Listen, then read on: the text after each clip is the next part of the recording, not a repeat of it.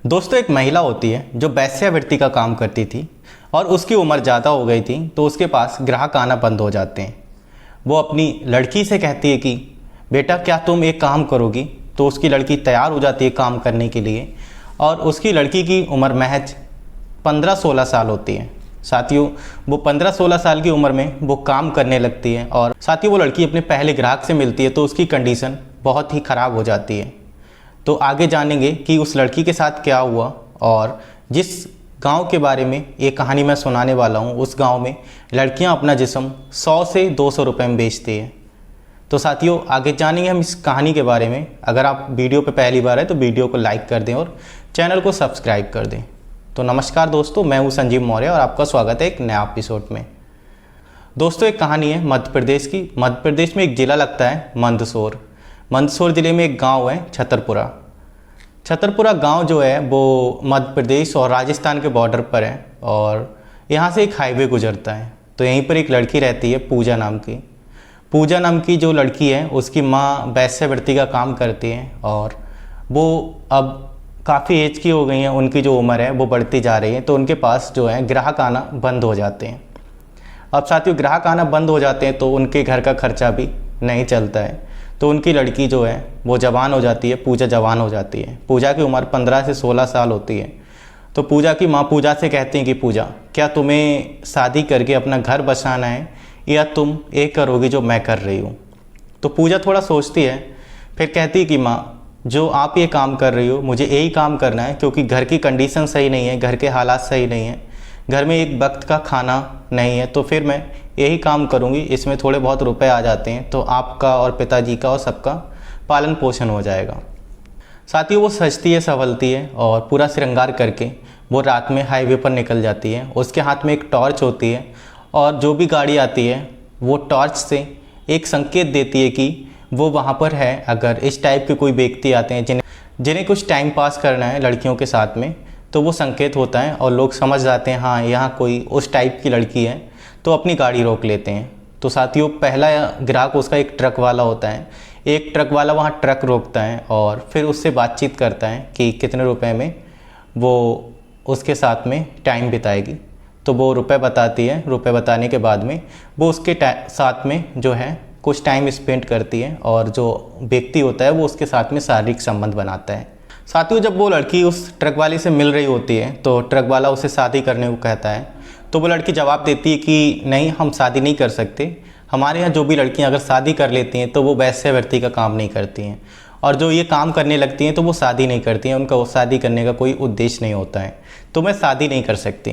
तो साथियों इतना कह करके ट्रक वाला जो उसका नंबर ले लेता है और फिर ट्रक वाला अपने रास्ते निकल जाता है। और जब भी वो आता था उधर तो उस लड़की से मिलता था तो हर बार में वो यही कहता था कि मुझे आपसे शादी करनी है। अब साथियों धीरे धीरे करके वो काफ़ी जिद करने लगता है तो वो शादी के लिए हाँ कर देती है और वो शादी कर लेते हैं। शादी करने के बाद में उनका जीवन सही चल रहा होता है। जब भी ट्रक वाला छुट्टी पर आता था तो उसी के घर पर रुकता था और दोनों लोग टाइम स्पेंड करते थे। अब उसके एक बच्ची हो जाती है और जो है वो वेश्यावृत्ति का काम नहीं छोड़ती है, वो वेश्यावृत्ति का काम करती रहती है। अब धीरे धीरे करके सब कुछ सही चल रहा होता है। साथियों इस गांव में अकेली पूजा ही जो ऐसी नहीं है जो वेश्यावृत्ति काम करती है। लगभग सारी लड़कियां इस गांव में यही काम करती हैं और उसी से उनका पालन पोषण चलता है, उनसे परिवार चलता है। क्योंकि ये गांव ऐसी जगह पर है जहां कोई रुपए कमाने के संसाधन नहीं है जो लोग अपना जीवन यापन कर सकें काम करके। यहाँ तक कि यहाँ जो लड़कियों के भाई होते हैं, पिता होते हैं, वो खुद जा कर के हाईवे से ग्राहक ले कर के आते हैं कि उन्हें अगर किसी के साथ टाइम स्पेंड करना है तो वो हमारे साथ चलें और लड़की देखें, पसंद आए तो उसके साथ में टाइम बिताएं। इस तरह से उनके पिता भाई भी ग्राहक लेकर आते हैं और अपनी ही बहन, अपनी ही बेटी के साथ में उस व्यक्ति को एक साथ कमरे में जाते हुए देखते हैं। लड़की और लड़का एक ही कमरे में उनके सामने ही जो भी चीज़ें हैं वो करते हैं। करने के बाद ग्राहक जो है अपने रास्ते निकल जाता है। अब साथियों एक बार क्या हुआ कि जो पूजा ने जिससे शादी की थी वो व्यक्ति काफ़ी समय से पूजा के घर नहीं आया था, लगभग 2 से 3 साल हो जाते हैं। तो पूजा भी अब आसरा छोड़ देती है कि शायद वो अब वापस आएगा। अब पूजा अकेली लड़की नहीं है जिससे किसी को प्रेम हुआ या लड़की को किसी से प्रेम हुआ। ऐसी बहुत सारी लड़कियां उस गांव में हैं जिन्होंने एक दूसरे से प्रेम किया और फिर लोग छोड़ के चले गए। तो पूजा अपनी बेटी के साथ में टाइम स्पेंड करती है और अपना जो काम है वो करती रहती है। अब साथियों, सारी चीज़ें सही चल रही होती हैं। साथियों, इस समुदाय का नाम बाचरा समुदाय होता है और इस समुदाय में, इस गांव में एक दिन एक आईपीएस अधिकारी पहुंचते हैं। 2018 की बात है। तो वहाँ पर जब भ्रमण करते हैं वो, तो उन्हें ये चीज़ें पता चलती हैं कि इस गांव में वेश्यावृत्ति का काम होता है और अधिकतर 75% जो लड़कियां हैं, महिलाएं हैं, वो वेश्यावृत्ति का काम करती हैं। तो साथियों, वो ये सब देख करके और सुन करके परेशान हो जाते हैं कि हमारे देश में महिलाएं अभी भी अपने शरीर को बेच करके अपने परिवार को चला रही हैं। तो फिर वो काफ़ी सोचते हैं, फिर वहाँ मीटिंग्स करते हैं, लोगों को समझाते हैं कि ये सब गलत होता है, आप मेहनत मजदूरी करके भी अपना जीवन यापन कर सकते हैं और रुपए कमा सकते हैं।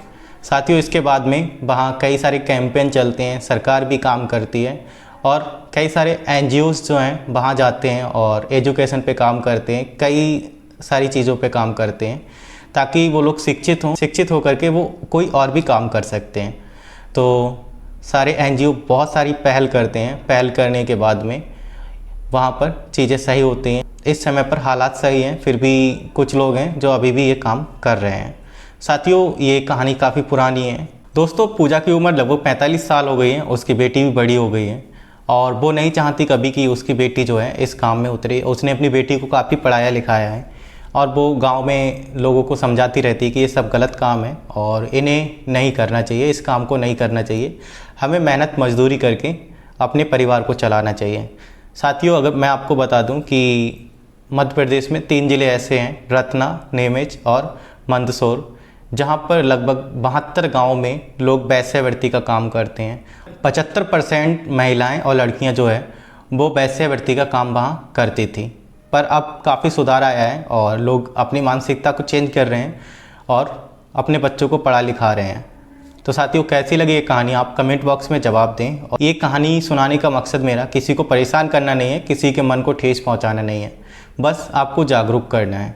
साथियों, अगर आप चैनल पर पहली बार हैं तो चैनल को सब्सक्राइब कर दें और वीडियो को लाइक कर दें। Thanks for watching.